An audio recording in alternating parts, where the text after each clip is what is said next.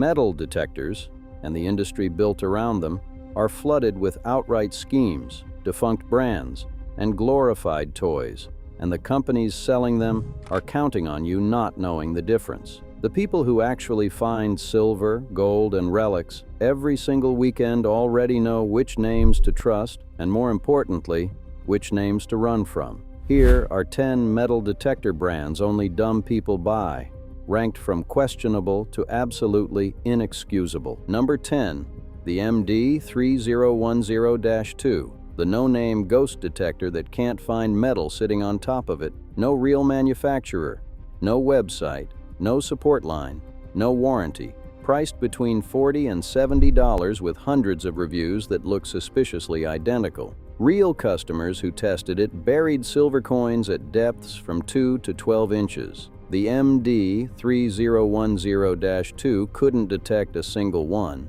One reviewer wrote, "You can put metal right under this product and it will not be picked up." The instruction manual is written in such broken English that buyers couldn't confirm whether the machine was even functioning. No ground balance, no discrimination, no target ID worth reading.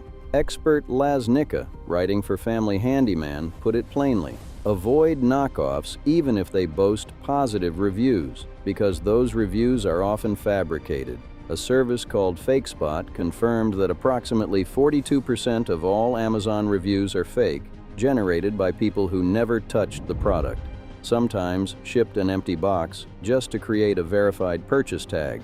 Those stars mean nothing. Number 9. Generic Amazon house brands.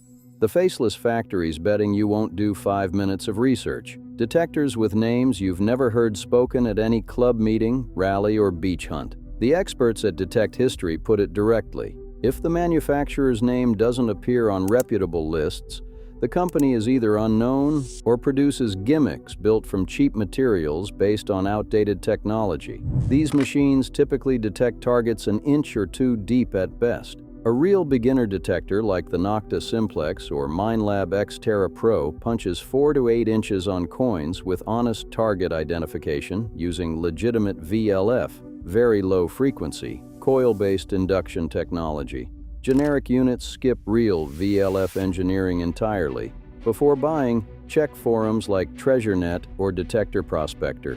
If nobody in the hobby has heard of the brand, there's a reason. Real performance starts between $200 and $400. Number 8. Entry-level bounty hunter models. The big box store gateway to quitting the hobby. Bounty Hunter has been around since 1973. This is not a fly-by-night brand, but their cheapest models, the ones sitting on end caps at big box retailers priced to catch the casual gift buyer, are responsible for more people abandoning metal detecting than any other single product category. Build quality is thin plastic. Wire connectors and arm cuffs are fragile. Crank the sensitivity, and you get what experienced users call the chirp factor. Constant false signals on every swing at nothing. Without proper ground balance adjusting for soil mineralization, VDI readings jump all over the scale. One owner reviewed the Pioneer EX. Horrible little unit, severe falsing on just about every swing, could not pinpoint at all. Someone gets one as a birthday gift, takes it to the park twice, digs 14 bottle caps and a rusty nail, and decides metal detecting is boring. The problem was never the hobby, it was the tool. If your budget is tight, skip the sub-150 Bounty Hunter and save another $100 for a Nocta Simplex. Number 7. Tossorro Electronics. The beloved brand that went under and left you holding the bag. Tossorro detectors were lightweight, capable, and backed by what the company advertised as a lifetime warranty. Then in 2018, Tossorro closed permanently. No buyout, no acquisition, no transition plan. That lifetime warranty? Gone. Parts, replacement coils, factory repairs, gone. A working Tossorro is still a capable machine. Nobody disputes that. But with the company gone, you're locked out of everything the moment something breaks. When leftover dealer stock runs out, your detector becomes an expensive paperweight. If someone offers you a Tossorro at a swap meet, understand you're buying a machine with a ticking clock and zero manufacturer support. Number 6. White's Electronics. The American legend that couldn't survive its own stubbornness. White's Electronics was founded in 1950 in Sweet Home, Oregon, and for decades it was the gold standard in American detecting. In February of 2020, manufacturing operations ceased. Garrett acquired the brand's assets. The Sweet Home factory closed. This wasn't sudden. Whites had been falling behind for years.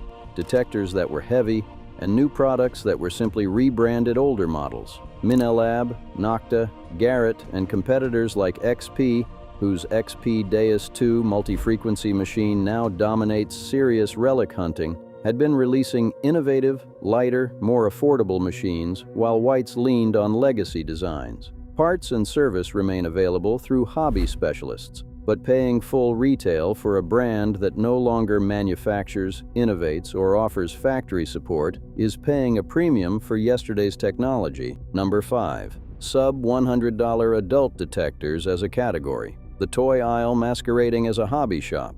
This is every brand, every listing, every detector marketed to adults under $100. Experts are unified. These are essentially toys, limited to 1 to 2 inches of depth, with target discrimination so unreliable you might as well flip a coin. Most experts recommend spending $200 to $400 on a first detector. Below that, you're not saving money.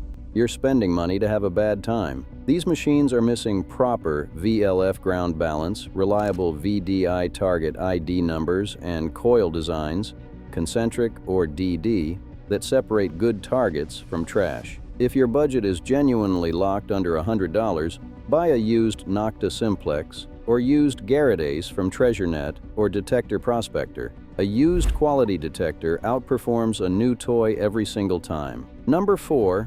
eBay discount listings from zero feedback sellers. The photo you're buying that doesn't come with a detector. A brand new eBay account with zero feedback lists a known manufacturer's detector at a 90% discount. The listing looks clean. The photos look real. One community member recognized the signs immediately: new seller, no feedback, located overseas, impossible price, and found that 41 other buyers had already been taken in.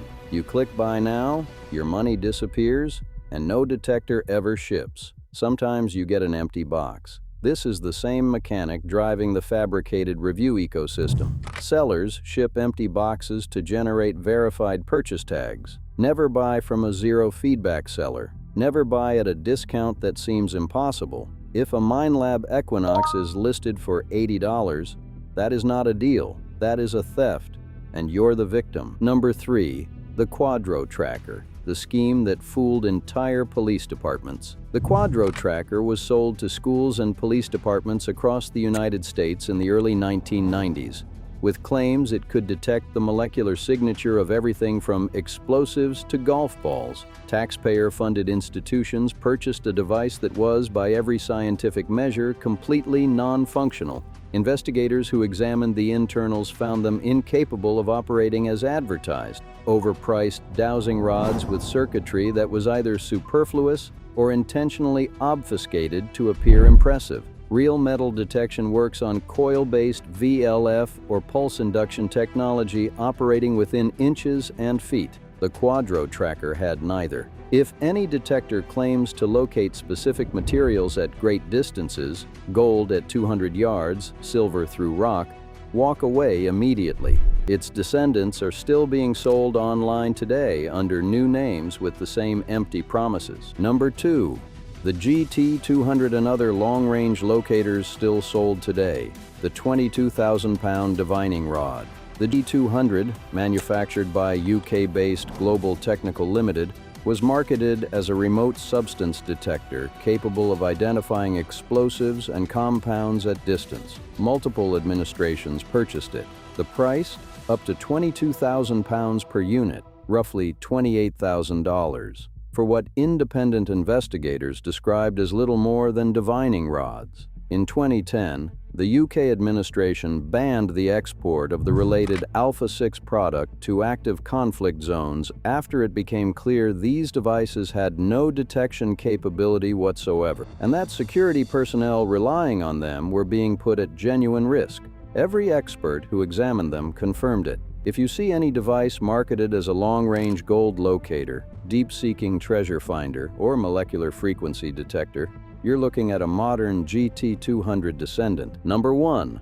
White's Electronics bought at full retail in 2025. The nostalgia trap that costs you twice. White's closed in 2020. So why is it number 1? Because people are still paying full original retail prices for boxed White's detectors from online listings and leftover dealer stock right now, believing they're getting a premium American-made machine. You're not just buying a detector with no manufacturer behind it. You're buying technology that was already falling behind when the factory was still open.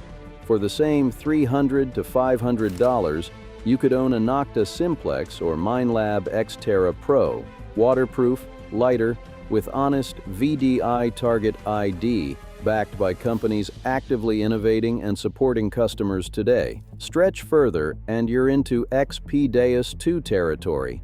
The machine serious coin shooters and relic hunters have moved to. If you love the White's legacy, respect it.